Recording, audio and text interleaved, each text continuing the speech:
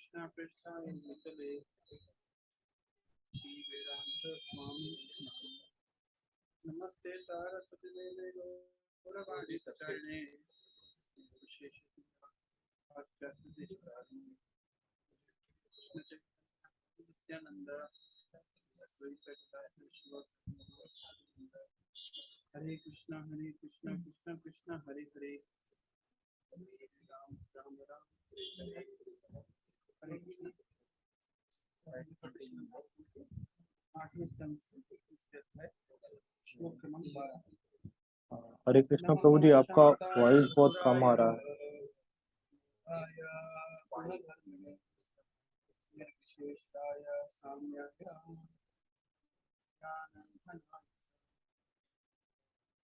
हरे कृष्ण प्रभु जी, आपका वॉइस बहुत लो आ रहा है।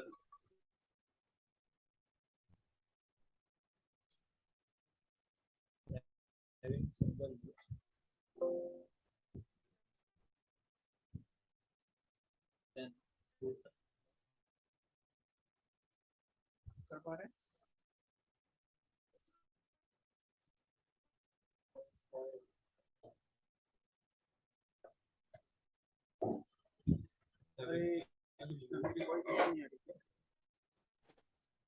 तो जो ईयरफोन शायद काम नहीं कर रहा। हरे कृष्ण। अभी मेरी वॉइस क्लियर है क्या? जी जी, अभी क्लियर है।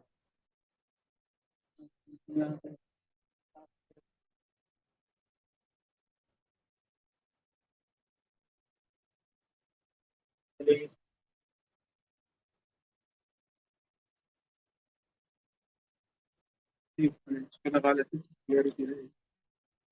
आज क्लास चल रही है।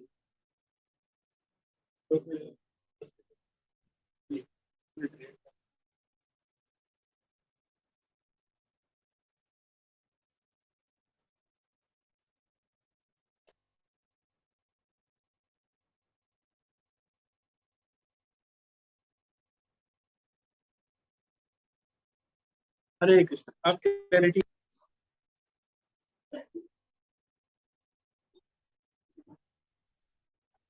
रोशन को आवाज क्लियर है मेरी? जी प्रभु जी। ओके। नमः शांताय घोराय मूढ़ाय गुणधर्मिणे निर्विशेषाय साम्याय नमो ज्ञान घनाय च। गजेंद्र कह रहे हैं नमः शांताय। शांत माने पीसफुल। हाँ, और प्रोपा जी को ट्रांसलेट कर रहे हैं he is above all material qualities, जो सभी प्रकार के भौतिक गुणों से रहित है, भौतिक बंधनों से रहित है, वही व्यक्ति वास्तव में शांत हो सकता है। ये दूसरे शब्दों में शांत शब्द का अर्थ किया जा रहा है वासुदेव, भगवान वासुदेव। हम नमस्कार कर रहे हैं भगवान वासुदेव को, जो सभी प्रकार के प्रकृति गुणों से ऊपर हैं, जो सभी के हृदय में परमात्मा के रूप में विद्यमान है। नमः शांताय घोराय। घोर माने fierce forms of lord, like Jamadagni और नरसिंह देव। जमदग्नि कौन है? जमदग्नि कौन है? प्रभु जी, परशुराम जी के कौन पिताजी जानता का भी है? नाम था ना। हाँ, तो परशुराम के पिताजी का नाम है जमदग्नि। तो जमदग्नि मतलब जमदग्नि के पुत्र, परशुराम। ठीक है ना, यानी परशुराम। तो जमदग्नि और नरसिंह देव ये सब भगवान के कैसे रूप हैं? घोर। अच्छा, आपने तो जगन जमदग्नि का दर्शन नहीं किया, परशुराम जी को नहीं देखा, नरसिंह देव को नहीं देखा, लेकिन एक ऐसा कौन सा भगवान का घोर रूप है जिसको निश्चित रूप से देखेंगे? हम सब देखेंगे। कल की हम देखेंगे नहीं कल की अवतार तो बहुत दूर है। प्रभु जी, मृत्यु। भगवान ने कौन सा रूप रखा है जिसको हम जरूर देखेंगे? मृत्यु प्रभु हाँ जी, मृत्यु। हाँ, मृत्यु। मृत्यु वाले रूप को हम जरूर देखेंगे। शांताय घोराय। घोराय, घोर शब्द का अर्थ हो गया यहाँ पे जमदग्नि नरसिंह देव, ये साक्षात मृत्यु। मृत्यु के रूप में भगवान हमारे सामने प्रकट होंगे। अच्छा, मूड आया।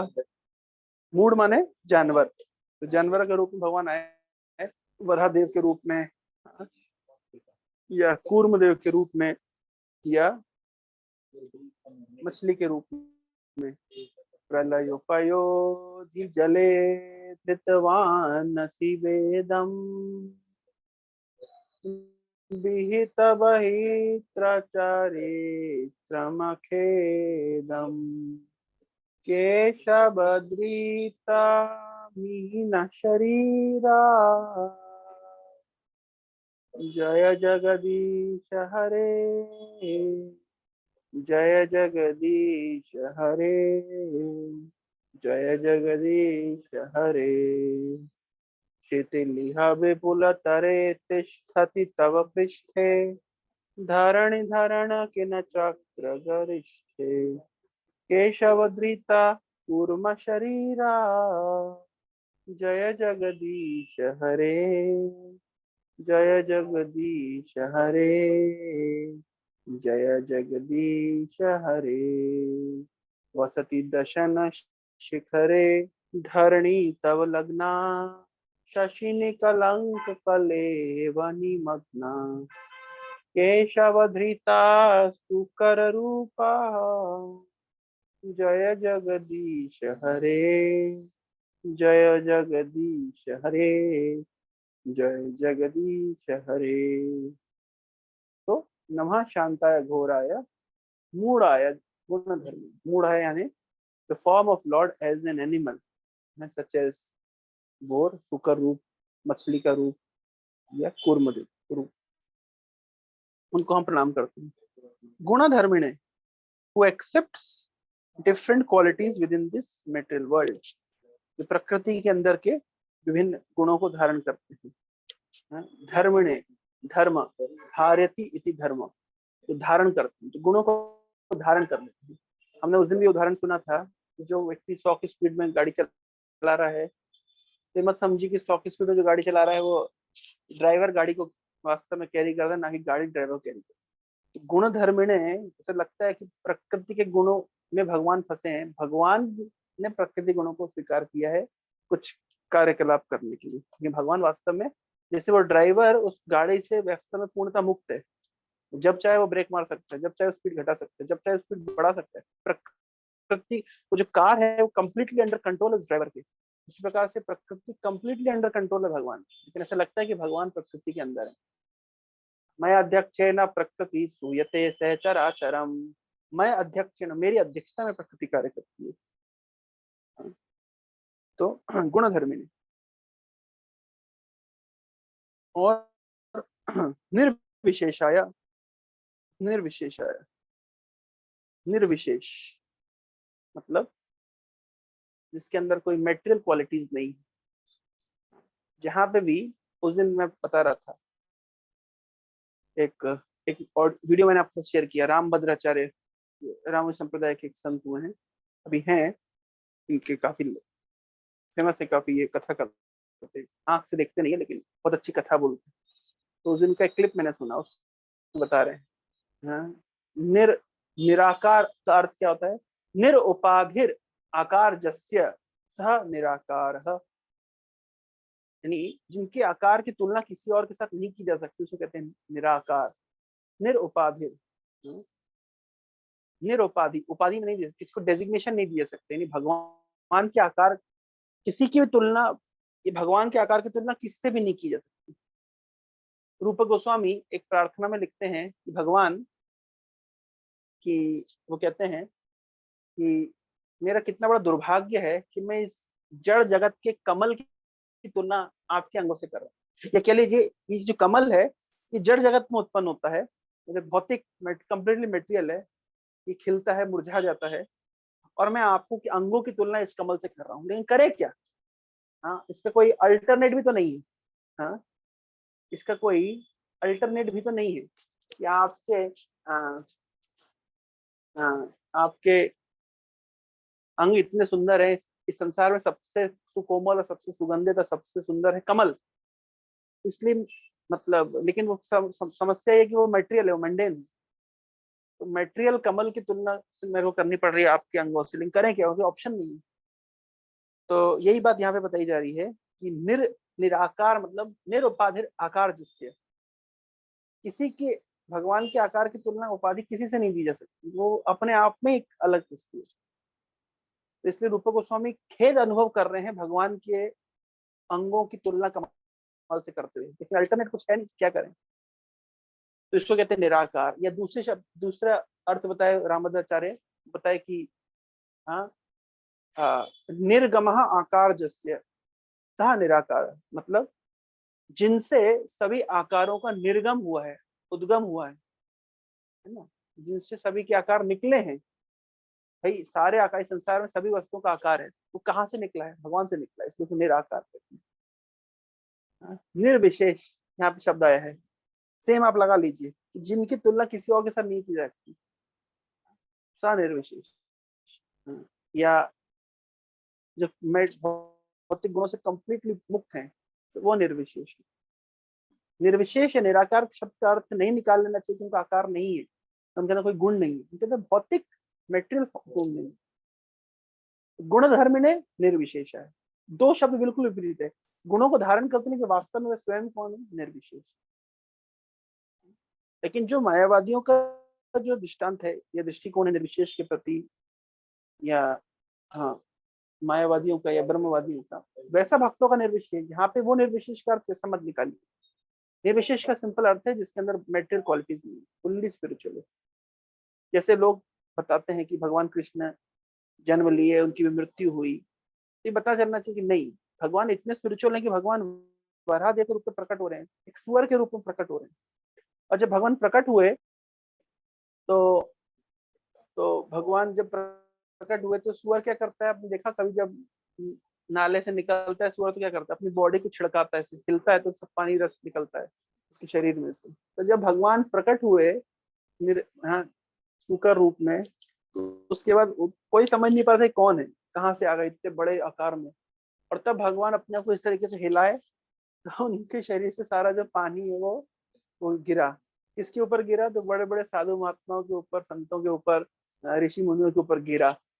और जैसे गिरा तो इतना सुगंधित जल था, उससे कितनी अच्छी अगुरु की खुशबू और चंदन की खुशबू और कितना अच्छा उसमें अरोमा निकल रहा था। और फिर उसके बाद मैं समझ गया कि ये जो अवतार हुआ है वास्तव भगवान का शुक्र अवतार है। और फिर सब स्तुति करने लग गए भगवान की। तब इमेजिन करिए कि कोई सुअर आपको इस तरीके से मतलब पानी छिड़का दे तो आपकी क्या हालत होगी। लेकिन ये भगवान मेटेरियल नहीं है, स्पिरिचुअल है, यद्यपि शुक्र रूप में है। तो नहीं समझना चाहिए कि ये सामान्य शुक्र की तरह दूषित हो गए हैं, दूषित कलुषित नहीं, पूर्ण शुद्ध है। उसी प्रकार से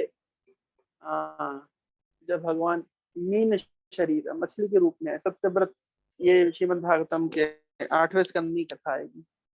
जब सत्यव्रत ऋषि नाम के राजा थे, तो मनु थे, मतलब मनु हुए, तो एक छोटी सी मछली, ये गए थे पानी में स्नान करने के लिए, आचमन कर रहे थे, हाथ में पानी लिया था, एक छोटी सी मछली के हाथ में आ गई। और जब छोटी सी मछली हाथ में आ गई तो बोलती है, राजन आप, मैं भी आपकी प्रजा हूँ, एक राजा की जिम्मेदारी है कि अपनी प्रजा की रक्षा करे, प्रजा को संरक्षण प्रदान करे। तब राजा और बताया कि मैं छोटी मछली, मुझे बड़ी मछलियां खा जाती है, तो मेरी रक्षा करिए। तो एक तो तो उन्होंने कहा कि ठीक है, आप मुझे यहाँ से ले जाइए, अपने राजमहल में रखिए। तो महाराज ले गए, उसको एक्वेरियम में रख दिया।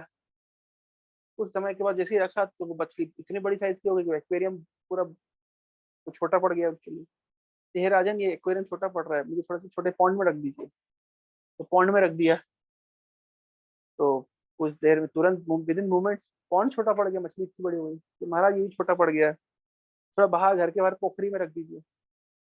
पोखरी में रख दिया, कुछ देर में तो पोखरी छोटी पड़ गई, मछली इतनी बड़ी हो गई। मतलब महाराज में तालाब में रख दीजिए, तो तालाब में रख दिया, और तालाब छोटा पड़ गया। महाराज नदी में रख दीजिए, नदी में रखवाया उसको, नदी छोटी पड़ गई, इतनी बड़ी हो गई मछली। उसके बाद बोले महाराज समुद्र में छोड़ दीजिए। तो समुद्र में जब रख दिए तो ना और मिले ना छोर मिले, दोनों तरफ से इतना एक्सपेंड कर जाए, इतनी बड़ी हो गई मछली। तो सत्यव्रत कह रहे, राजा कह रहे आप है कौन।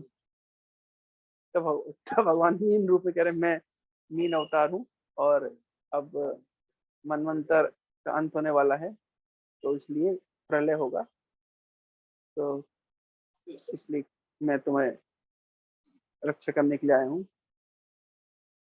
मतलब कल्पांत होगा, और तुम इस तरीके से मत्स्य ने फिर राजा को और सभी क्या कहते हैं बीजों को लेकर के नेक्स्ट फेज के लिए तैयारी करी। और उस समय फिर बहुत सारे उपदेश दिए भगवान मत्स्य ने हमारा सत्यव्रत को। उन्होंने स्तुतियां करी, तो स्तुतियों का संग्रह श्रीमद् भागवतम के 8वें स्कंद में है। कभी हम सुनेंगे कि क्या प्रार्थना करी महाराज सत्यव्रत ने, और जो उपदेश दिए हैं भगवान मत्स्य ने राजा सत्यव्रत को, तो ये मत्स्य पुराण में कोड लिखे गए हैं। तो यही बात यहाँ पे बताई जा रही है कि भगवान का जो आकार है वही एक स्पिरिचुअल है। समझना बड़ा, मछली है लेकिन मछली की तरह मछली नहीं है, सामान्य मछली की तरह नहीं है, बिल्कुल ही मतलब प्रकृति गुणों से परे है, निर्विशेष है। और साम्य है, साम्य शब्द का अर्थ क्या होता है? हाँ, जो शांत है, जो were in the metal qualities stop stop साम्य। Lord Buddha the form of nirvana, जिन्होंने साम्यवाद का प्रवर्तन किया। नमो ज्ञान घनाय, और ज्ञान घनाय हु इज नॉलेज और इम्पर्सनल ब्रह्म, जो साक्षात ज्ञान की मूर्ति है, चिन्मय है, चिद है, चिदानंदमय, ज्ञानमय है, जिनका शरीर प्रकाशमय है, ब्रह्म है साक्षात। मैं उनको प्रणाम करता हूँ, उनकी शरण लेता हूँ। आगे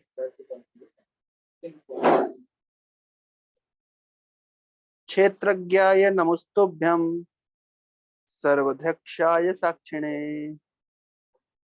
पुरुषायात्ममूलाय मूल प्रकृते नमः। क्षेत्रज्ञाय, क्षेत्रज्ञ, चाणक्य ने दिखाए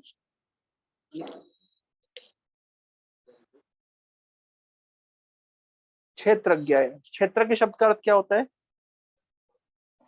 एक्चुअली एक श्लोक है चाणक्य नीति में कि इसमें भगवान राम की तुलना की गई है बहुत सुंदर शब्दों में। मुझे एग्जैक्टली वो श्लोक हो सकता है मैं कल खोज करके आपको बताऊं। बहुत सुंदर चाणक्य ने श्लोक लिखा, मुझे इस संबंध में याद आ गया, वैसे तो मिलेगा नहीं इतनी बार। एनीवे मैं उसको खोज करके आप लोगों के लिए रखूंगा।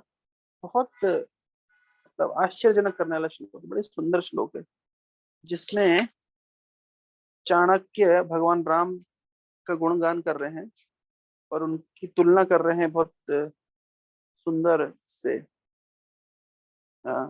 सुंदर गुणों का वर्णन कर, और बाद में फिर विलाप करने की, अरे मैंने क्या ये भौतिक वस्तुओं से भगवान की तुलना कर दी, जो मैं पिछले श्लोक में आपको बता रहा था। एनीवे जब तक हम इसकी चर्चा करते हैं, तो क्षेत्रज्ञ अर्थात क्षेत्रज्ञ इस श्लोक में देखिए, क्षेत्रज्ञ मतलब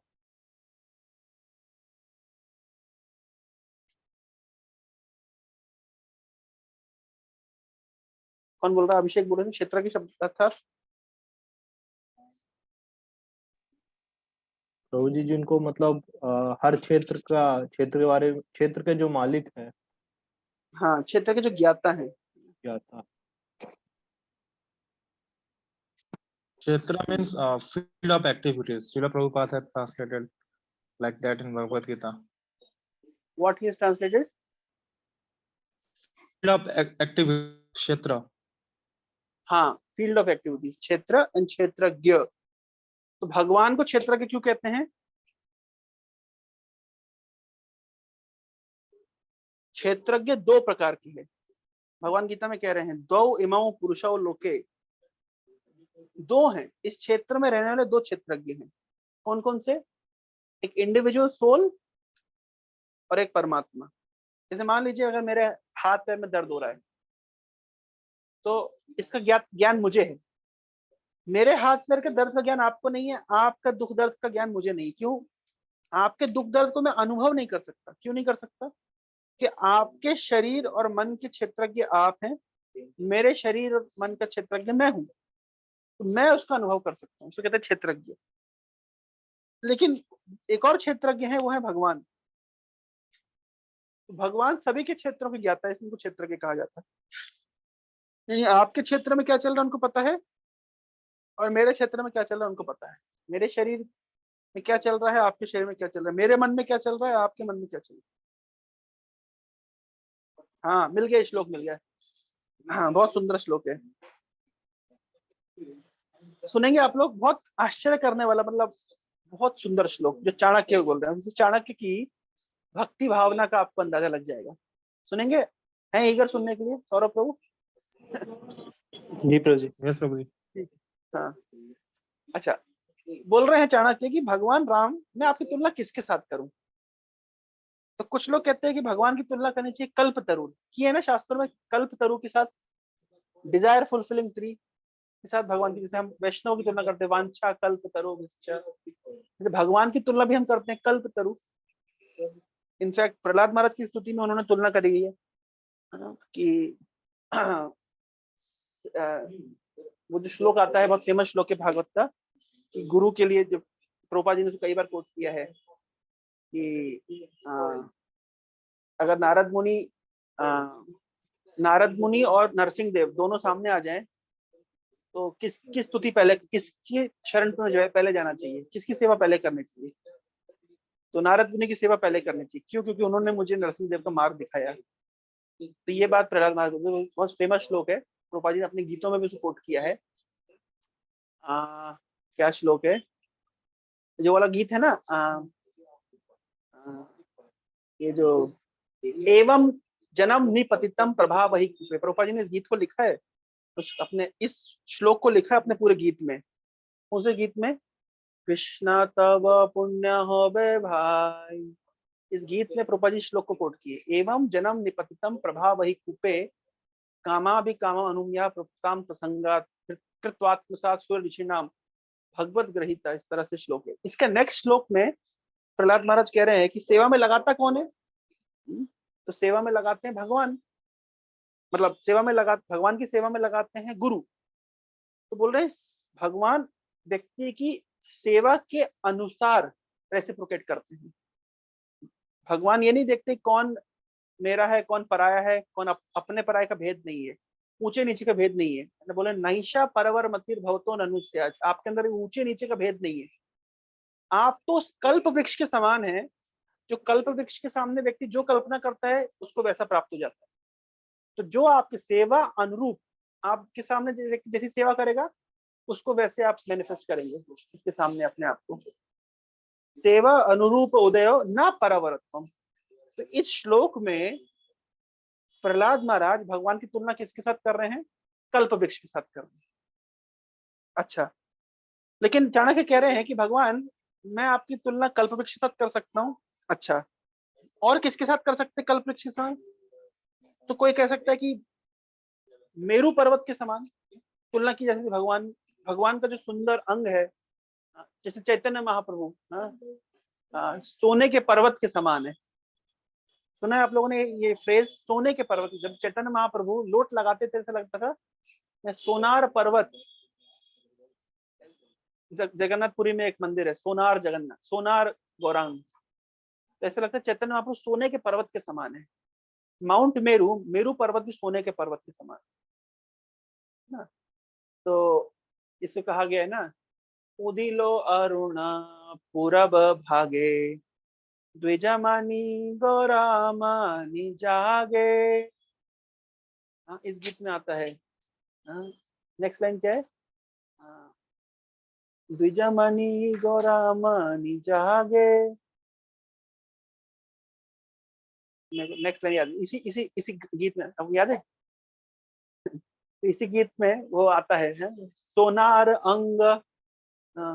नेक्स्ट लाइन क्या है गीत की? एटलीस्ट ये इस क्लास के माध्यम से ये हो जाता है, रिवीजन हो जाता है। मेरे को दिन भर श्लोक मेरे दिमाग में चलते रहते हैं, ये इस टाइम पे हम क्या श्लोक रिवाइज हो जाते हैं ना। हरे कृष्ण प्रभु। हाँ, क्या गीत है? द्विजमणि गौरा अमणि अमनि जागे। नेक्स्ट, भक्त समूहा लोहिया साथे गेला नगर ब्रजे। नेक्स्ट लाइन क्या है? तथाई तथाई बाजे लो खोल घन घन ताहे झांझेरा रोल। हाँ, प्रेमे नेक्स्ट लाइन। ढल प्रेमेर ढल ढल सोनार अंग, चरण चरण नूपुर बाजे। तो प्रेमेर ढल ढल सोनार अंग, सोनार। तो कभी कभी तुलना की जाती है भगवान की कि उनका जो श्री विग्रह है वो सोने के पर्वत के समान, माउंट मेरू की तरह है।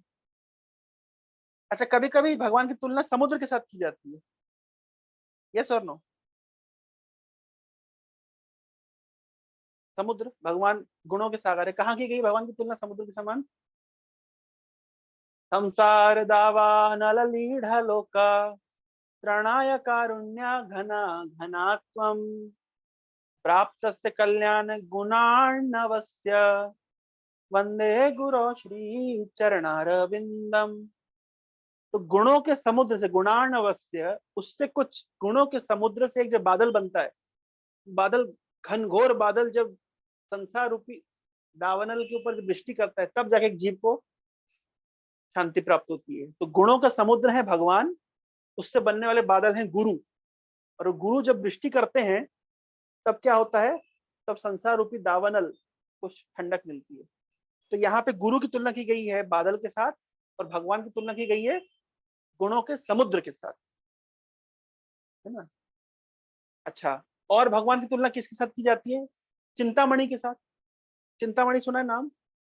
चिंतामणि प्रकर सद्म सुकल्प वृक्ष, कल्प वृक्ष भी आ गया और चिंतामणि भी आ गया। चिंतामणि। कभी कभी भगवान की तुलना की जाती है सूर्य के साथ, है ना? सूर्य के साथ तुलना की जाती है। इन्हीं श्लोकों में, गजेंद्र की स्तुति में पहले ही आया था। इस श्लोक में हमने पढ़ा था 2-3 श्लोक पहले।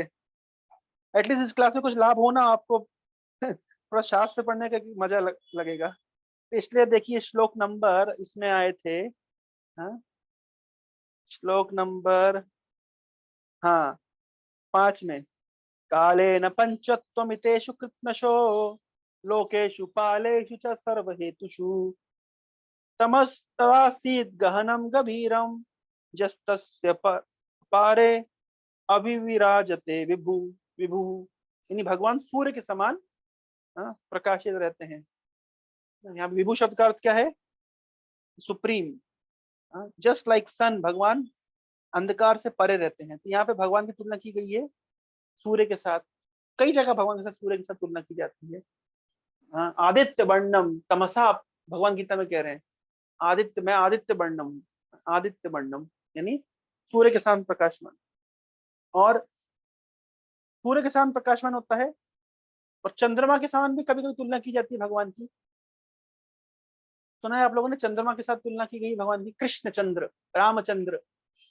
अच्छा, और किसके साथ तुलना की जाती है? कभी कभी भगवान की तुलना कामदेव के साथ की जाती है। कामदेव के साथ क्यों? जब हम गायत्री मंत्र करते हैं तो जो 7वां गायत्री मंत्र हम करते हैं, काम गायत्री कहते हैं, वहां पे भगवान की तुलना कामदेव के साथ की जाती है। God of love, Cupid, Kamadeva. और किसके साथ भगवान की तुलना की जाती है? कभी कभी भगवान की तुलना बलि महाराज के साथ की जाती है, जैसे बलि कितने दानी हैं, भगवान इस प्रकार सब देते हैं। कभी कभी भगवान की तुलना की जाती है कामधेनु गाय की तरह, जो सभी की कामनाओं को पूर्ण करती है। चाणक्य कह रहे हैं सब, काष्ठम कल्पतरु सुमेरु अचलस चिंतामणि प्रस्तरः, सूर्यस्तीव्रः कर्ष शशि च विक्लः क्षरो ही वराम निधि, कामो नष्ट तनोर बलिर्दिति सुतो, नित्यम पशु काम गौर, नित्याम तुल्यामि भो रघुपते, स्योपाम दीयते, कस्य उपमा दीयते। भगवान में आपकी तुलना किसके साथ करूं? ऐसा चाणक्य कह रहे हैं। क्यों? बोले कल्प तरु के साथ करूं, तो अल्टीमेटली कल्प तरु है तो लकड़ी। अगर आपकी तुलना में माउंट मेरू, मेरू पर्वत के साथ करूं, तो है तो अचल, है तो अल्टीमेटली पर्वत। चिंतामणि के साथ अगर आपकी तुलना करूं, चिंतामणि है क्या? है तो पत्थर। अरे सूर्य के साथ आपकी तुलना क्या करूं? सूर्य तो जलाता है। चंद्रमा के साथ आपकी तुलना क्या करूं? चंद्रमा में तो दाग है, और चंद्रमा, हाँ, 15 दिन बढ़ता है, 15 दिन घटता है, रेनिंग होती है उसके अंदर। और क्या मैं आपकी तुलना समुद्र के साथ करूं? भगवान, समुद्र खारा है। फिर कह रहे हैं कि आपकी तुलना में कामदेव से क्या करूं? कामदेव को तो शिव जी ने भस्म कर दिया था। और आपकी तुलना बलि के साथ क्या करूं? है तो बलि अल्टीमेटली दिति पुत्र दैत्य। और आपकी तुलना में कामधेनु के साथ करूं? कामधेनु एक पशु है, गाय है, पशु। तो ये सब विचार करके चाणक्य कह रहे हैं कि भगवान कस्य उपमा दीयते, कि किसकी उपमा मैं आपको दूं? नहीं, आपकी उपमा केवल आप हैं, आपके समान और कोई दूसरा नहीं है। समझ आया श्लोक? चाणक्य का श्लोक समझ आया? तो मेरे पास ये ग्रंथ है चाणक्य नीति, एक मिनट आपको दिखा देते हैं। ये हम देख सकते हैं, बड़े है। और इसके पीछे बैठे हैं उत्कर्ष प्रभु। तो उत्कर्ष प्रभु इस किताब के बड़े फैन हैं। जब भी आते हैं तो कोई और किताब नहीं निकालेंगे, श्रीमद् भागवत रखी है, भगवद गीता रखी है, और ग्रंथ रखे हैं, केवल चाणक्य नीति खोल करके नीति शास्त्र पढ़ेंगे। इनको, इनका लक्ष्य है एक लाइब्रेरी बनाना, इसमें चाणक्य नीति, विदुर नीति, शुक्र नीति, बृहस्पति नीति, भर्तृहरि नीति, सब नीति शास्त्र को रखेंगे, वहां से मास्टरमाइंड चलाएंगे। एनीवे, समझ आए चाणक्य का इस श्लोक का अर्थ? कि भगवान मैं आपकी तुलना किसके साथ करूं? कितना सुंदर श्लोक। चाणक्य की नीति में कभी हम चर्चा करेंगे, स्पेसिफिक हम 2 दिन का सेशन रखेंगे, इसमें चाणक्य के भक्तिमय श्लोक को उद्धृत किया जाएगा कि कितने सारे श्लोक चाणक्य नीति में मिल जाएंगे आपको। कम से कम 50 श्लोक मिल जाएंगे ऐसे, जिसमें चाणक्य केवल भक्ति की बात करे। एक से श्लोक में चाणक्य कह रहे हैं कि, है ना, का चिंता जीवने यदि हरि विश्वम्बरो गीयते। अरे मैं भगवान हरि का गान कर रहा हूँ, क्या चिंता है मेरे जीवन में? हाँ, बोले जब जन्म लिया है तो माँ के स्तन में दूध किसने भरा? उन्होंने भरा ना। हाँ, तो अगर मैं उनका दास हूँ तो फिर मुझे क्या चिंता है? तो चाणक्य अपने आप को बोल रहे हैं कि मैं कृष्ण का दास हूँ, हरि का दास हूँ। इसलिए चाणक्य, आप देखिए टेलीविजन में जो भी चाणक्य बनाते हैं उसमें त्रिपुट लगा देते हैं, 3 वाला। इस गलत है, चाणक्य वैष्णव है। इनका नाम श्रीमद् भागवत में भी आता है। आप ये देख सकते हैं चाणक्य को इसमें यहाँ पे वैष्णव तिलक लगाया हुआ, देख पा रहे हैं? वैष्णव तिलक। चाणक्य सबसे पहले किसकी स्तुति कर रहे हैं? देखिए पहले श्लोक में भगवान विष्णु की स्तुति कर रहे हैं। मैं आपको दिखाता हूँ, श्लोक पढ़ पा रहे हैं?